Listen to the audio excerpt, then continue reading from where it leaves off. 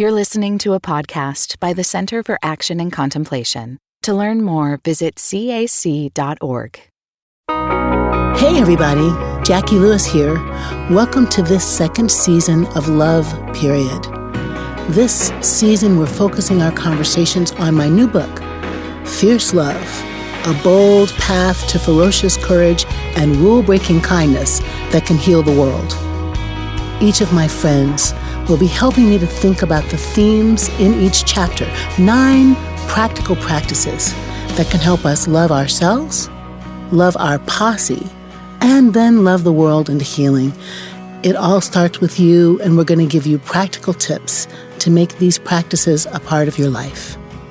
In order to kick us off, I invited my friend Wajahat Ali to come and be with us and talk about the theme in Chapter 1, Love Yourself Unconditionally. It all starts here. We know you loved Waj in the first season, and I'm just delighted to have him back.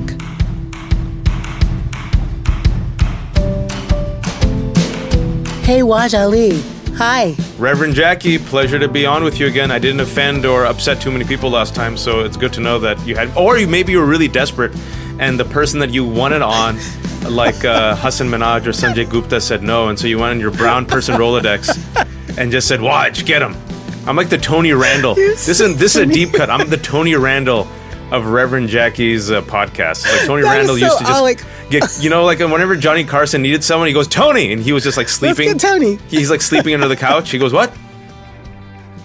You're just terrible and funny, but actually you're my favorite Wajahat in the world. I'm the only Wajahat that you know. That's why I called you. Tell me what your name means. What's that about? Wajahat is a name that you should probably not name your kids in America if you don't want them to be teased. But it is a Pakistani name, but it's an Arabic root, and it means one of good face, one who is esteemed. One of good face, one who's esteemed. And your mother and your father say it like with a rapidness and a certain kind of syllabic. Go for it. Say it one more time. It's like, yeah, so it's like taking out a katana and just stabbing someone like Wajahat. in America, though, we for whatever reason, just everyone has an accent. It's the language. In America, we break it up and we go Wajahat. Which makes me feel like a Star Wars character or something. Wajahat is it? The Wajahat are coming. Prepare the armada. Right now. Exactly. What does Jacqui mean? Jacqueline. Oh my God. Well, Jacqui is like, Jacqui means hip pastor and a red lip. Of course. That's what Jacqui means. But Jacqueline is the female French of Jacob, and it means heel grabber. What the heck, Mom? That's honorable. What? Did I seem like a heel grabber when I was in there? I didn't have a twin. I wasn't grabbing any heels. What's that about? I don't know. It means if I was to put a very hallmark positive spin on it as a politician, I would say that you're grabbing on to those who are moving forward and making sure that you're bringing along the rest who are marginalized. So you're the connector. Okay, all right. That kind of satisfies. But mostly I'm named after Jacqueline Kennedy. And so was my cousin Jacqui. So that was just weird. We were 2 years apart. And whenever you're hanging out, your mom's like, Jacqui? And you're like, who do you mean? Which one of us? But both of us named after Jacqueline Kennedy. But Jacqueline, Jacqui has like an energy to it. Jacqueline is just so regal. So both names are just really like, but Jacqueline, can you imagine someone being named Jacqueline in 2021, 2022? I don't know. I don't know, but I like Jacqueline. I really do like it. And I just don't love that it's associated with grabbing heels and stealing birthrights. I just don't love that part. You want it to be associated with fierce love. Exactly. Great segue. So, Waj, I'm holding my book while we're talking. I see. I have it here as a prop, so I could tell you I'm holding it. Look at that. That's amazing. It's the hardcover official copy of Reverend Jacqui's book that's out next month, and you're telling me that you just got it? I just got it. As we're speaking, it's mid-October, and they just came into the warehouse. There's an issue with publishing, right? Books are not coming. Mine are here. And my wonderful publicist, I'll say her name, Christina, she's great.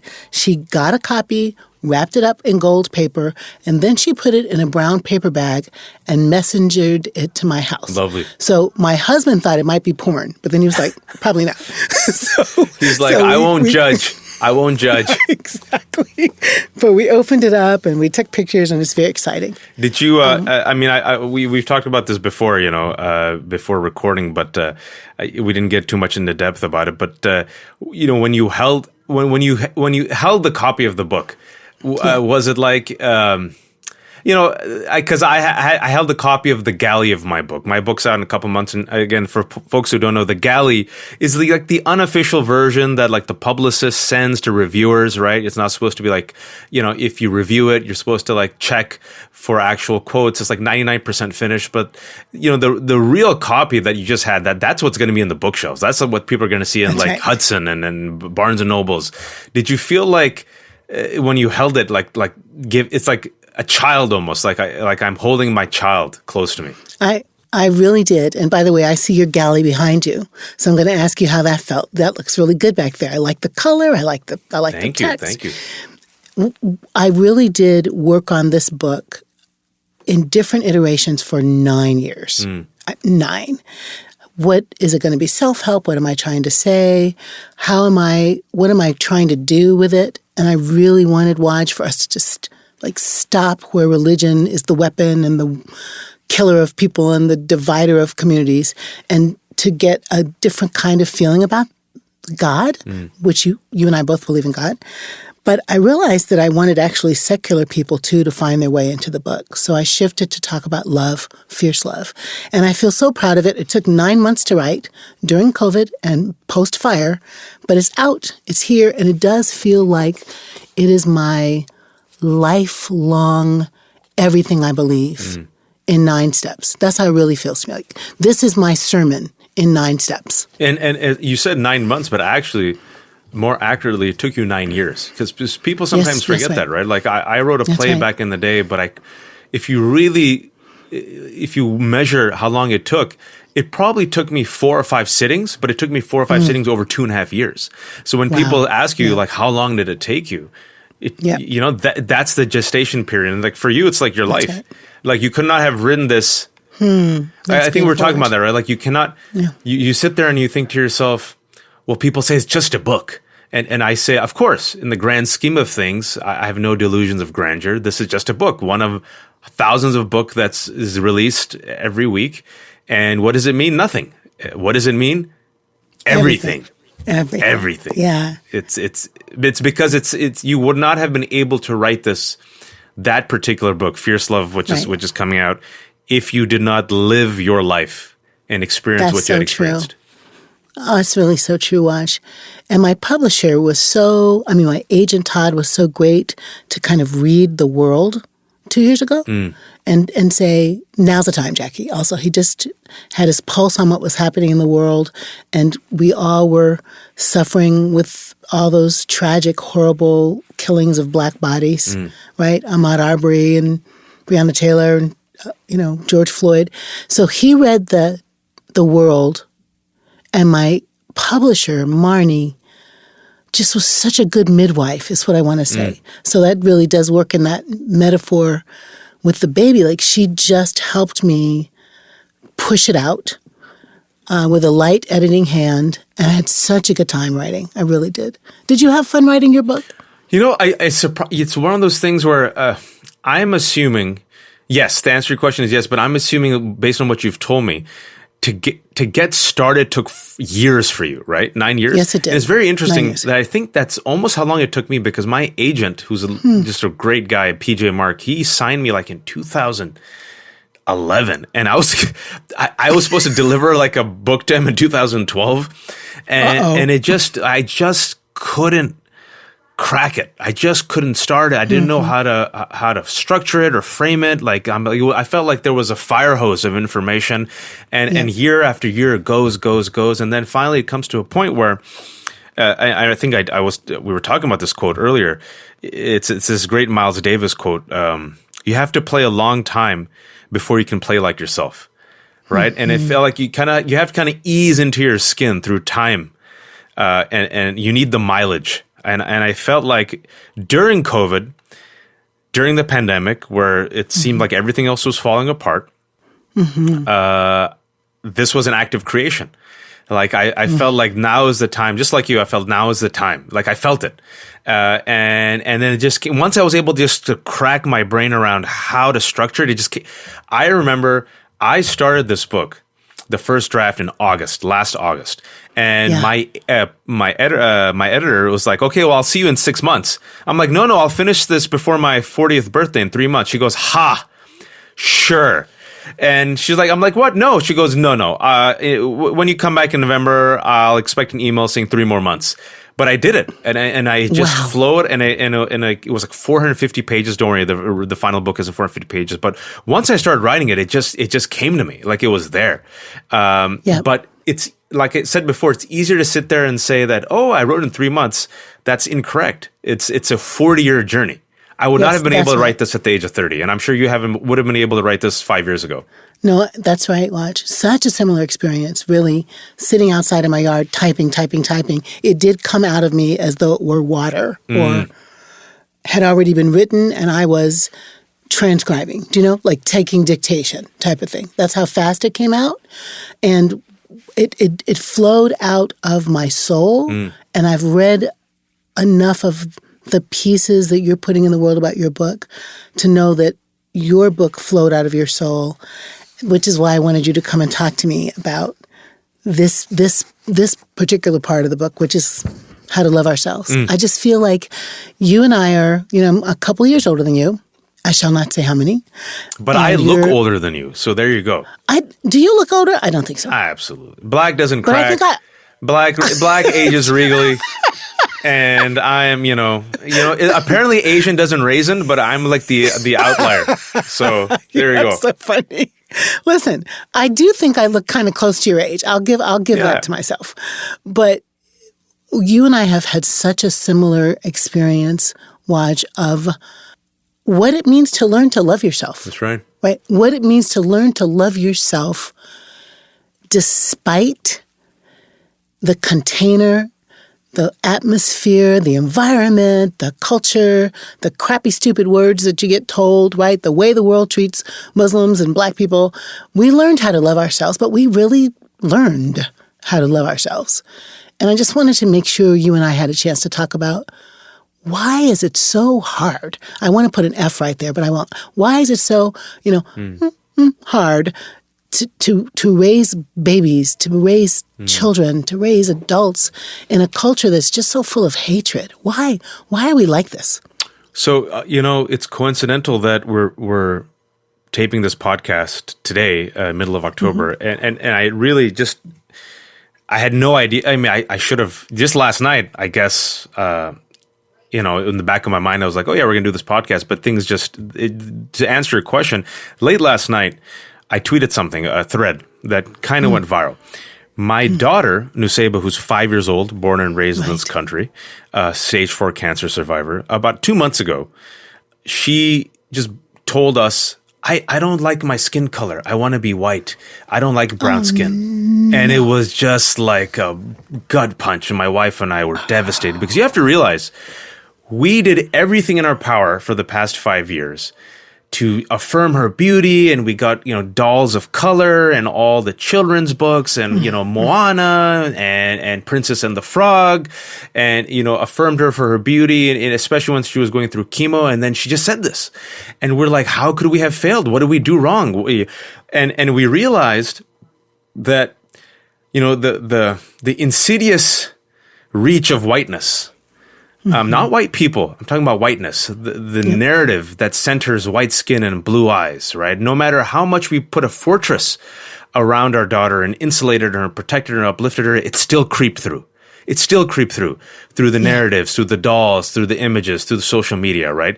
Yeah. That this 5-year-old beautiful girl, I mean, just stunning, oh my gosh, will look at herself and say, oh, I don't like my brown skin. And so for the last 2 months, I was just like, there's no way in hell, man. There's no way in hell my daughter's going to grow up like this. So like, every day for 2 months, my wife and I, right, what I do is I'm like, Nuseba, look at you. Nuseba, that skin. Oh, I wish I had that skin. Oh my God, look at that brown skin. But at the same time, while while not either giving her a superiority complex over other people and telling her and her brother and her baby sister that she is simply one color amongst the many beautiful colors. Allah made her this way. And other people are white are beautiful and other people are black are beautiful, but Allah made her this way and she's stunning. And so last night, randomly while looking in the mirror, she goes, "I love my brown skin. I really do." Good. And then she puts on a little makeup. She's 5 years old. She's a little diva. She's putting on like some eye makeup. She goes, "When I did that eye makeup, the white eye makeup on my skin, I look really beautiful. So I love my brown skin." I'm telling you, the whole night I was on cloud nine. Like till 4 a.m. I couldn't sleep. But I exhaled. I was like, "Sarah, we did it. My God." And I'm like, may she, inshallah, always consider herself valued and loved and beautiful, right? But thank you for letting me indulge in that story. But you asked me this question, and that's what we have to deal with. We have to deal with this, where my 5-year-old daughter thinks she's less than simply due to her skin color. And so how do we protect our children? How do we protect ourselves? How do we tell them that your nose is fine, your eyes are fine, your hair is fine? How do you make them not hate themselves and their name, their multisyllabic name, their ethnic culture, their ethnic food? It is an act. It is an act of resistance, Yes, it daily is, act of resistance. And the thing is, this is, resistance is exhausting. Like people say, resist Trump. I'm like, resist. And I'm like, I also got to pay my bills and I got climate change and, I'm on the wrong side of 40. I got to take a nap every now and then. I want to take a nap. I'm tired. What happens if my mask broke? Did I freaking wash my hands and before I shook that person? It's exhausting. And so I think the flip side of that is also joy. And I think the power of joy and investing in joy, because joy is also an act of resistance. To have joy in spite of thousands of years of narratives that make you hate yourself the way you look, that make you hate yourself for the shape of your hair, that make you hate yourself for the colors in your food. And I feel like this is one of those situations where you have to put in the work, because in the absence of the work, whiteness will win. And so the hope is, and sorry for my TED talk here, the hope is that I'm willing to put in the work so that my children inherit a different narrative. Amen. Amen. Inshallah. That's why my book, that's why I did the book. Honestly, the book is dedicated to my kids. It's for Ibrahim, Nusayb, and Khadija, because I want them to write the next chapter, but I don't want them to be saddled with all the crap that you and I had to go through. Oh my gosh, that is such a good prayer.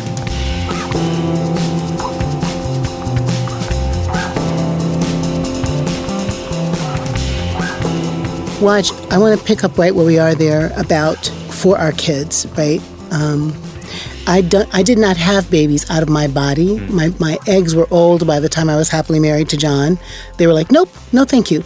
But I have 2 grandchildren because in the marriage to John, I got a son. So like people might get pearls, they might get cows, they might get a house. I got a son. Lovely. I got a son that came with the marriage.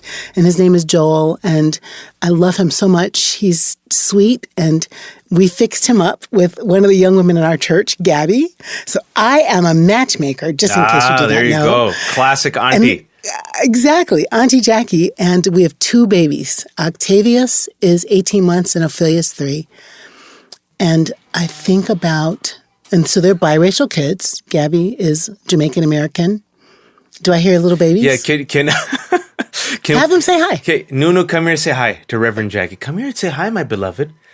Say hi. Hello, beautiful. Say hi real quick. Hi. Hear that? Say hi. Who is this princess? Who's this gorgeous girl? Nusayba. Hi. Hi, Nusayba. Hi, Nusayba. Oh. We'll be right back. Okay. We'll be right back. Hi. Bye-bye. Mwah. Let's go. I just share your passion for thinking about how to create the world we want for our kids and how to set a table for the kids to make the world better for their kids. And the thing that has to be absolutely named and addressed is all the ways whiteness, I call it that too, the white supremacy narrative, the junk that's in the universe about blindness and blue-eyedness, the way the church, I'll critique it, has got all that stuff wrapped up in there, the white Jesus who doesn't exist and the white supremacy that pretends to be, the way of God. I throw my whole world at that. Watch. This is my work in the world, is to dismantle racism, to dismantle homophobia, to dismantle Islamophobia and anti-Semitism, so our children can be in a world that lets them love themselves. Like, they have to have a world in which they can love themselves so they can love other people, so they can love the world. Because if they don't, if there's a hole in their soul where love should be, what kind of a hot mess world is it going to be? Amen. Right?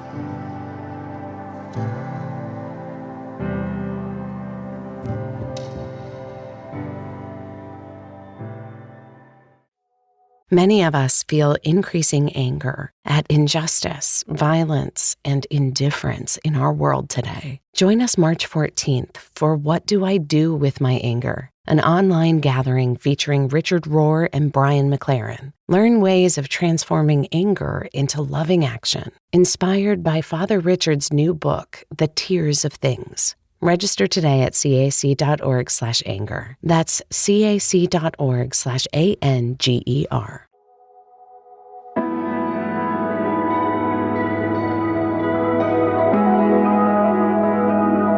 It's so difficult, right? It's one of those things where people say, "Oh, this is just nonsense," pie in the sky, airy-fairy liberal talk. But you see so many damaged people. I have so many colleagues and friends my age who it took them years to love themselves. They changed their name, they changed their eyes, they cut their nose, they hid aspects of themselves that in no way, shape, or form they should be ashamed of. They don't eat with their hands. They ridicule their ethnic foods, their mom's accents, because you were told that your stories don't matter, your stories don't have value. And when and it's not like your parents sit there and like give you a lesson. It's like my daughter. Where did she get it from? You just absorb it all around. It's all around you. It's like coronavirus. It'll get you. Yeah, it is. It's in the air, and in a kind of psych way. My PhD's in psychology and religion. Ooh, fancy. This idea of the kind of container that we create in which the stuff in it is harmful to the child. So the N-word, the F-word, the Osama bin Laden, and the you're a terrorist, and your story of being outside for how you look and how you believe, the weight consciousness in our nation, the decision about what's beautiful, the who fits in, the who's the norm, the who decides. And the ironic thing of how our nation is allegedly built by people who were looking for freedom, but came here and created a culture that wasn't free for anybody but themselves, that really breaks my heart. Did I ever tell you the story about Lisa? No. How I learned I was an N-word when I was little? No. I mean, I was in kindergarten living in New Hampshire with my mom and dad. I was not old enough to live by myself. So I lived with my parents because I was 5. And they were in this white community, right, in the Air Force. I was the only black kid in my class. And I had 2 friends, Tommy Hollister, who were my neighbors. We walked to school together. We walked home together. We took naps together because that's what you did when you were exhausted from playing with blocks. And they were my buds. So then this little girl named Lisa moves to town from Mississippi. And she's a little white girl with, green eyes and whatever else, how she looked. Stage whispers, sits between me and Tommy Holly, and stage whispers, "Why are you sitting next to that nasty N-word?" Wow. Why are you sitting next to that nasty N-word? And don't you know she gets chocolate milk from her mother's tits? What? I had never heard the N-word from my black parents. And chocolate milk from my mother's tits, it was like what? Milk comes out? I had no idea what she was talking about. But I knew she was being mean. I knew she was being nasty. And it was a defining story, watch, for me of like, before that, I'm just Jacqui, Emma and Richard's kid. And after that, I'm outside. There's something wrong. And my mom greeted that story with, "Jacqui, that's so silly, of course. White people aren't better than black people." And helped me to pray about it. I'm like praying, God, let it be that no matter what color people are, they feel loved. That was my childhood dream and prayer. And then my dad was like, I'm going to the Air Force Base, Commander, and we're demanding reparations. And we got an apology. I think that's the beginning of my story of activism. And But school is oftentimes where you learn your hierarchy in America. yeah. Because the same with me. Because before that, you were at home. You were Jacqui. You were just a girl. You're Waj. Yeah. And then I went to school like you, and you realize, oh, not everyone else is brown. People are speaking this language called English that no one speaks in my home. People aren't eating with their hands. No one has turmeric stains on their shirt. I'm the overweight kid who wears husky pants. I'm the token Muslim. I'm the token brown guy. I'm mocked for my name. Why? What's wrong with my name? And I remember, and look at this. It's stuff that I mentioned this in my book, but now it just comes back to me. I remember I was 7 years old in second grade, and I went home and I said, Mom, can you change my name? She goes, what? Can you change my name to Walter or Wilbur? Because I think it was like Charlotte's Web or something, or there's character Wilbur. I'm like, because those are like names, American names that they like. And my mom's like, your name is Wajahat. We named you Wajahat. But even at such a young age, right? Because something is wrong with me. My name is wrong. It's the wrong name. Yep. It's the other kids are named Chet and Travis and Kent. And I want to get invited to their house and eat something called meatloaf. Let's have meatloaf, Mom. And my mom's like, we're going to have biryani. No one's going to eat meatloaf here. and you went Jennifer. My first crush was Jennifer. This beautiful, white, blue-eyed girl with golden curls, right? Because that was the model of beauty that I saw around me. And so, but you realize you're the outsider, you're the foreigner, you're the stranger, you're the other in your own country. And I think it's school. School's when we first learn, tag you're it. You don't belong. That's it.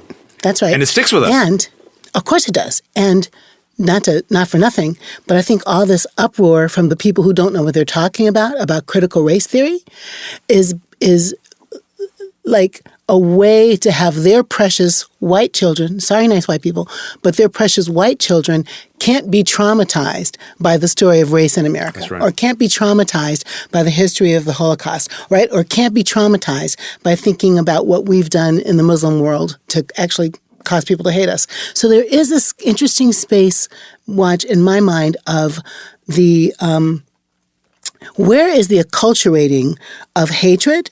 Yes, at school, right? And yes, in the sandbox, right? And yes, in the classroom. And then it ends up being the othering in the marketplace. It ends up being the othering on the subway.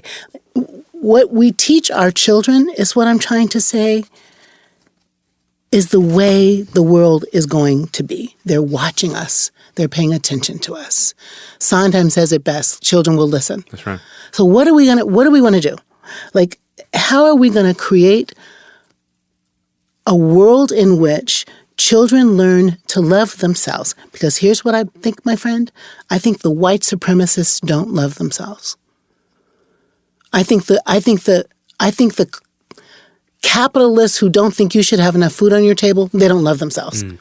I think there's a hole in them where love could have been, and they stuff themselves with all these ideas of hatred and bigotry because actually they feel like junk themselves. What do you think about that hypothesis? No, I think that's true. There's something missing in them that needs to be filled with hate and a narrative of hate that gives them the feeling of superiority, right? Make America Great Again made people feel great. It didn't make them great. Right? Trump makes you feel great. He doesn't put food on your table. He doesn't bring back the coal mines. He doesn't help you with health insurance. He doesn't give you vaccines for COVID.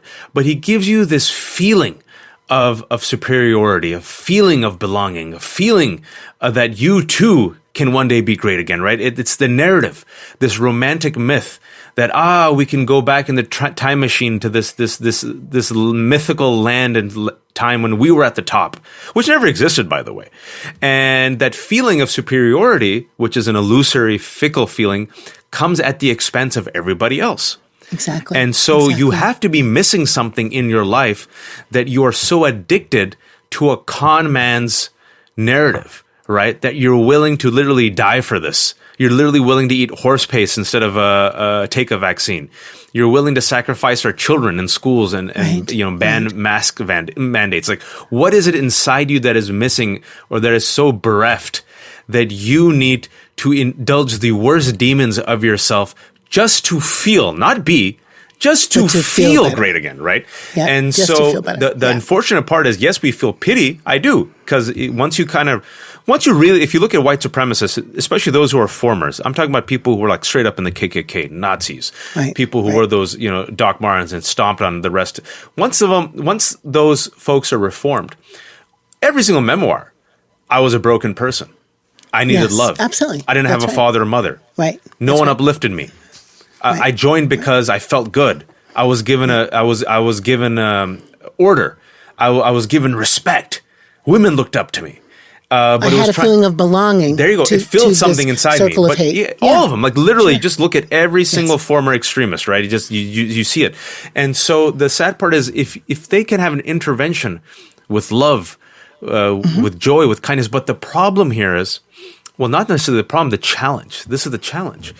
It's always been the challenge. The challenge is that people of color, oftentimes, who are suffering more than them, are expected to not only nurture and fill ourselves up with joy, but then also be their Bagger Vance.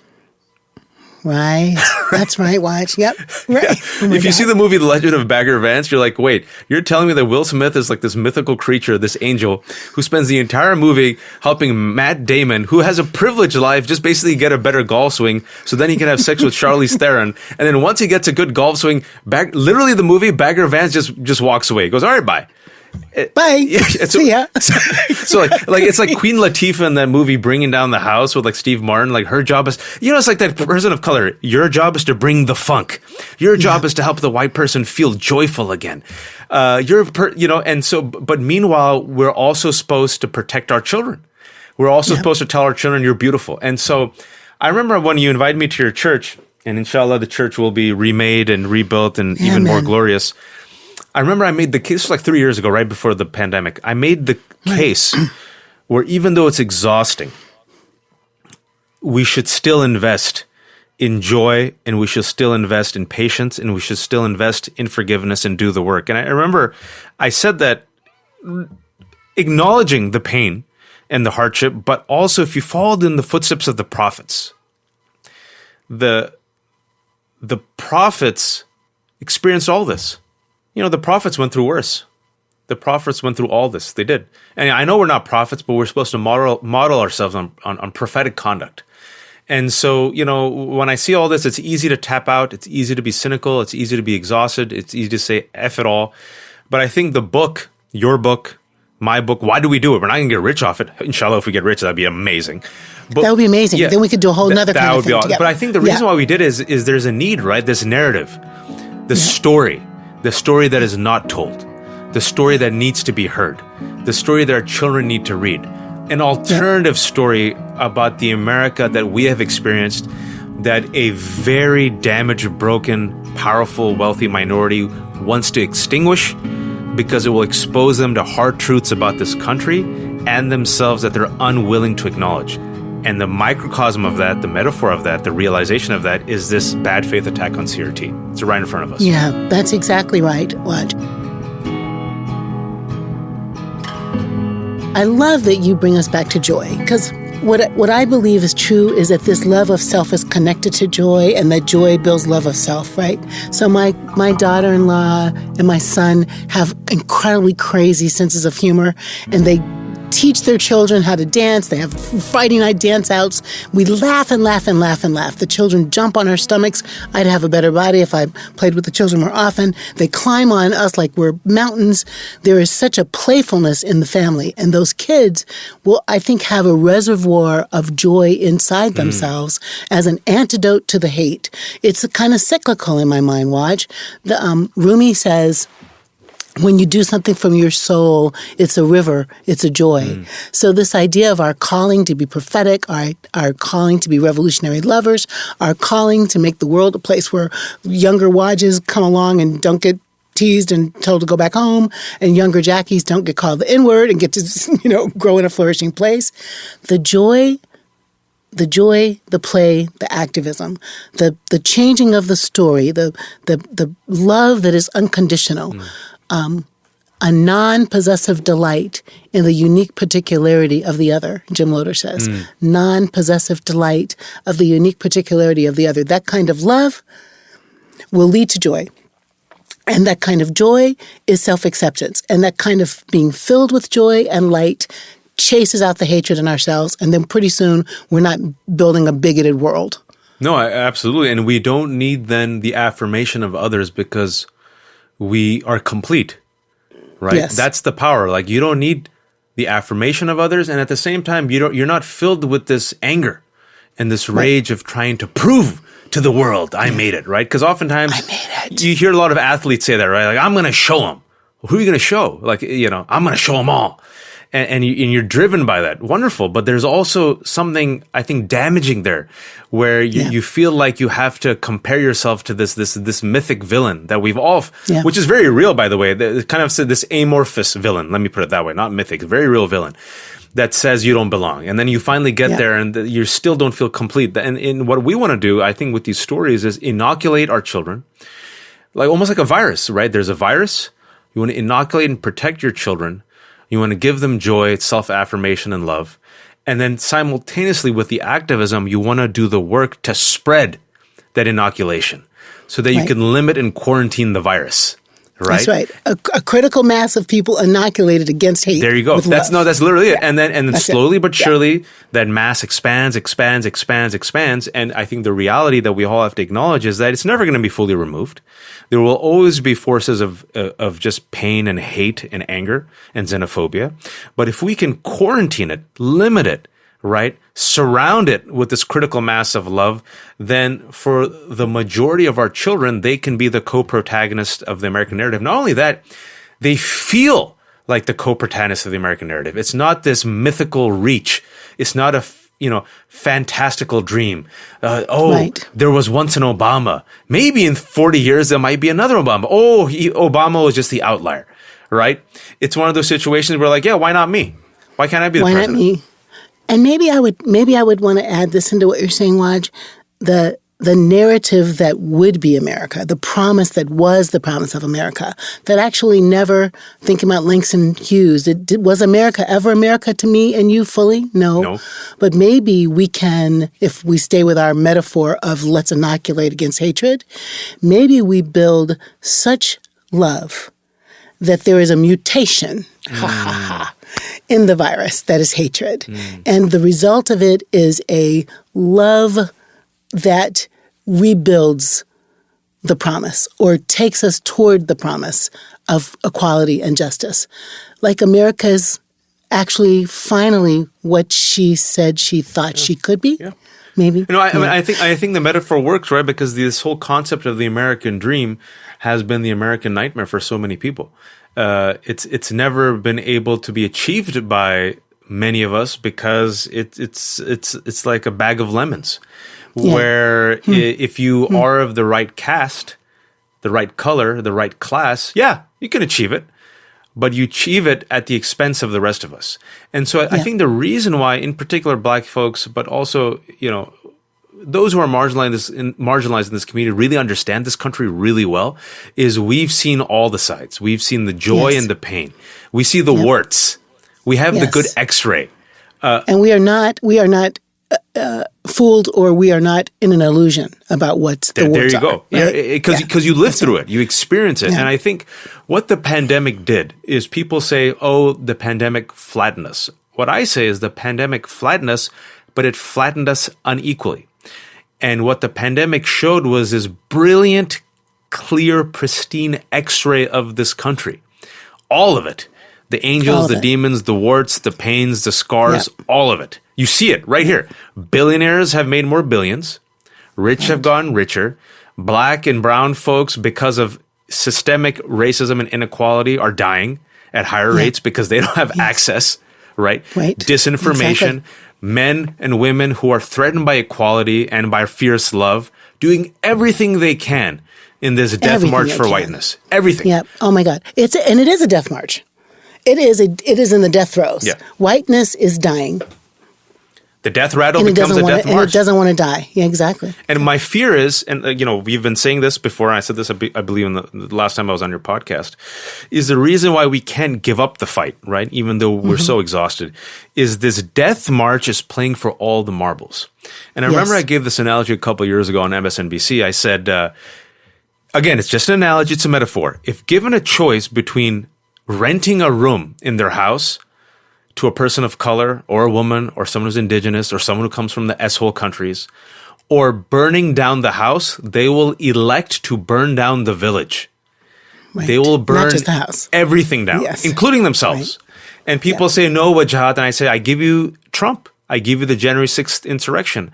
I give you them literally, removing all the water from pools and literally saying, we're not going to have the community pool if it means having Because the black kids swimming people got pool. in there. Yeah. Right. Exactly. And so what more do you need to know? And so that's why, in a way, we have this moment. I love it. I always love these euphemisms. We're living in a heightened moment in America. I'm like, there's been a lot of moments. When will this moment become a permanent reality, right? Exactly. But we're in a moment still, and we're seeing the backlash to the moment that we all predicted. But I feel like there is a moment that we can capitalize on as we emerge from this pandemic. I really do. I feel like if enough of us, just enough of us, really work together and really try to promote this vision, this narrative, this quote unquote dream of America, it'll be very hard for them to take us all the way back to 1953 again. Yep. I think that's right, my friend. And one of the things that I have as a secret dream, don't tell anybody, this is a secret. Oh, I'm ready to say it. I hope one day that more of them, and we know who we mean, become a part of us. That's right. Because love just feels better, right? Because love just feels better. And they come to understand that this is actually what they want, is this culture of love and justice. Can I ask you, what do you know for sure about love? What do I know for sure about... What do you know for sure about love? No, it's a profound question.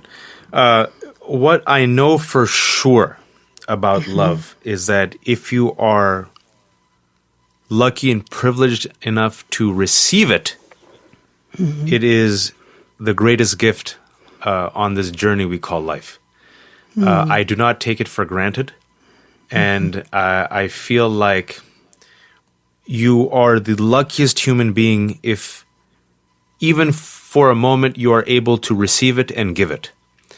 And I know it exists because I have received it from my family and my wife.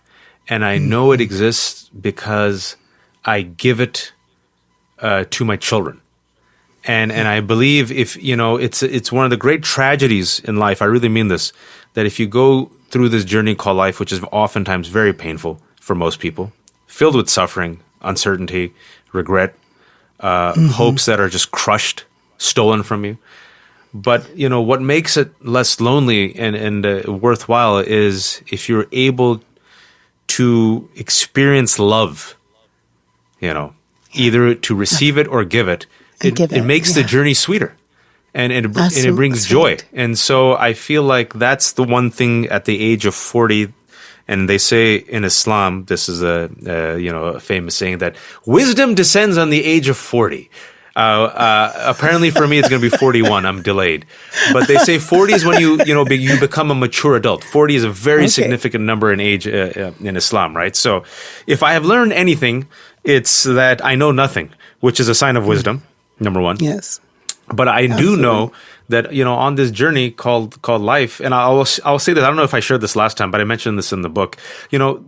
My decision to get married resulted from a near-death experience. I was about to die. And just miraculously, the drugs are kicked in and I got saved. And doing that near-death experience, I went through all the stages, the negotiation with God, asking for more time, the audit, regrets, what I should have done, all of it. I went through all of it. I discussed it in the book. And then I made peace. Look, and I'll say this, I made peace, two types of love. I made peace with my exit because I had faith that there was a loving God on the other side willing to embrace me. And people say, well, religion is stupid and faith in God is stupid. I said, sure, no problem. You're not offending me. And religion's a crutch and faith in God is a crutch. I'm like, sure. But in those final moments, that faith and belief that there is a loving God gave me a peace that I experienced and knew to be real. That there is a loving God on the other side, and no matter what happens, inshallah, I will cross over and be embraced by the loving God. The second feeling was that if I do survive this near-death experience, I made a mistake. My one regret that I had, that one regret was, this was the age of 31, I didn't invest in love. I didn't take the risk. I was so broke. I was so tired. There were so many challenges. And I said, there's no way a woman would love me. I don't want to bring this baggage to a woman. You know, all those thoughts. That's what kept me. You know, the fear that I would be rejected. And then I swear to God, I'm literally swearing to God, right when I had this regret, I said, I wish I just would have invested in love. That was my one regret. I wish I had a family. And right then my heart stabilized. And then about 6 to 8 months later, I got married. And so that's why when you ask me that simple question, what do I know about love? That's what I know about love. That's what you know. Oh, watch! I can't wait to read that. And I got some juicy stories in my book about that, finding that love. When I say fierce love, what comes up for you? Fierce love. Ooh, fierce love is to invest in love in the face of unimaginable horror, pain, backlash, suffering, and despite it all, you allow love to guide you through the gauntlet with faith that inshallah, really through the dark forest. Right? Let's go back to stories from the beginning of time. The dark forest. You know. The forest is dark, filled with ghosts and goblins, the hallway of horrors. What am I armed with? Anyway. Yeah, I'm armed with nothing except faith and love. And that, inshallah, is enough for me to get to the other side. Waj, I love talking to you. Thank you so much for this conversation. Thank you for letting me blabber on and on. Please edit me so good. and my verbal diarrhea. So and most importantly, pick up Reverend Jacqui's book, Fierce Love, which is out in November. Yay. What's the date? November 9. That's amazing. Coming right up. And we're apparently, I'm honored enough that you asked me to help you launch it. That's going to be awesome. Yep. We're going to have a great conversation on November 9th at 8 o'clock on the Penguin Random House World. And watch, when your book comes out, I want you to invite me to come. I promise to be charming. You're always... If you invite me to come talk about your book with you, I promise to be charming. Okay. We'll talk about, you know what we'll talk about? We'll just talk about like how we were like these nerdy kids who were picked on, and look at us now. Oh my God. And we'll just flex for an hour. That's all we'll do. We'll just flex. That's right. And we can sing, if you could see us now. Hashtag it gets better. I'll throw the mic, you pick up the mic, then you throw the mic. That's all we'll do. People are like, we paid money for this. That's all. We're just going to stand there and preen. That's what we'll do. Thank you, friend. Thank you so much. Thanks so much for joining us today. I loved my conversation with Waj. It is always a wonderful ride with him of laughter and truth-telling.